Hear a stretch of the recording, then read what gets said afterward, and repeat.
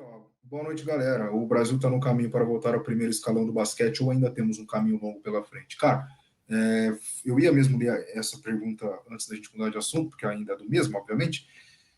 Eu, particularmente, acho que o caminho é longo. O caminho é longo e ficou mais claro ainda nessa competição. Apesar de ter ganho o jogo ali para ter classificado, acho que até deu um passo a mais do que nós imaginávamos, mas aí a hora que foi para ir mesmo não foi, né?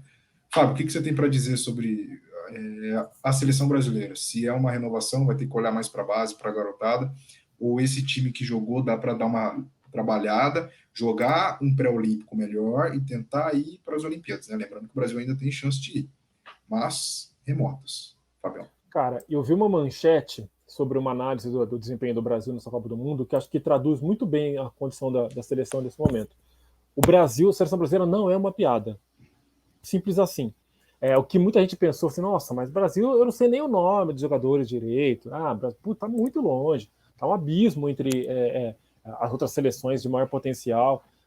Cara, não é tanto assim. Eu, pelo menos, me surpreendi. Eu confesso que, como eu acompanhava muito o basquete brasileiro nos anos 80 até 90, depois, quando mais eu fui acompanhando a NBA, menos eu fui acompanhando o basquete brasileiro, né? Tenho que admitir isso.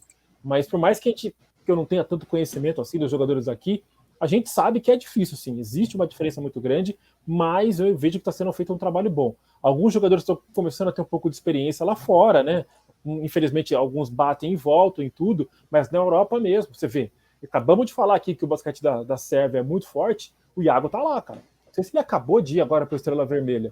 Então, não tem como dizer que esse cara não vai pegar uma experiência boa, não vai pegar uma cancha boa, entendeu? Então, de repente, é um trabalho para o longo prazo, mas o mais importante é pensar assim, nós não somos uma piada, não é uma coisa que você fala, putz, esquece. Eu acho que dá para a gente pensar com certo otimismo. O caminho pode ser longo, como você falou, Anderson, mas dá para ser um pouco otimista, de repente, pessoal pensando a médio prazo. Até brigando, né, com o Juca Kfouri, que meteu a boca, né? Foi bem, na seleção brasileira de basquete, dizendo que é quase, em outras palavras, né, mas dizendo que é uma piada, mais uma vez perde, mais uma vez sai derrotado, né? Mas agora não tem condição, não tinha condição mesmo. Eu também achei meio absurdo, porque assim, o que o Brasil fez na Copa do Mundo foi assim, claro, a gente gostaria que tivesse vencido a Lituânia, tivesse passado, né? Letônia, desculpa, eu sempre confundo os dois. Claro, mas assim, venceu o Canadá, pode ser um finalista, pode ser um campeão. Então, assim, mas um jogo só não é suficiente. Mas assim, o Brasil soube jogar o jogo, soube marcar os caras, né? Então, eu acho que o Brasil sai bem, mas de cabeça erguida, né? E com talentos individuais também. Acho que um coletivo que precisa ser trabalhado um pouco melhor, mas com talentos individuais muito interessantes, né? O Bruno Caboclo é um cara que, na Copa do Mundo jogou demais, o Iago também. A gente vê que o Caboclo precisa de um pouco mais, talvez, para...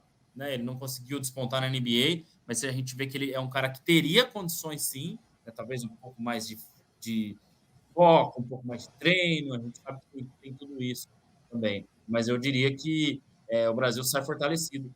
Mas o primeiro escalão, respondendo o Gabriel, ainda está um pouco longe.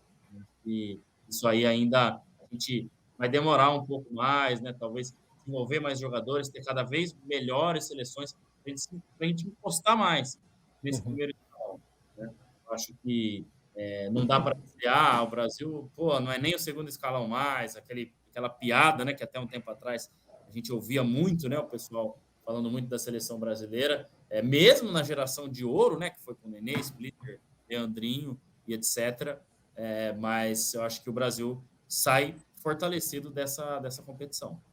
E detalhe, hein? Eu não tinha me ligado assim nos resultados, o regulamento, né? Se a Espanha tivesse. Se a Espanha não, peraí. Se o Canadá tivesse perdido, ganho da Espanha. Se a Espanha tivesse ganho do Canadá, o Brasil passava.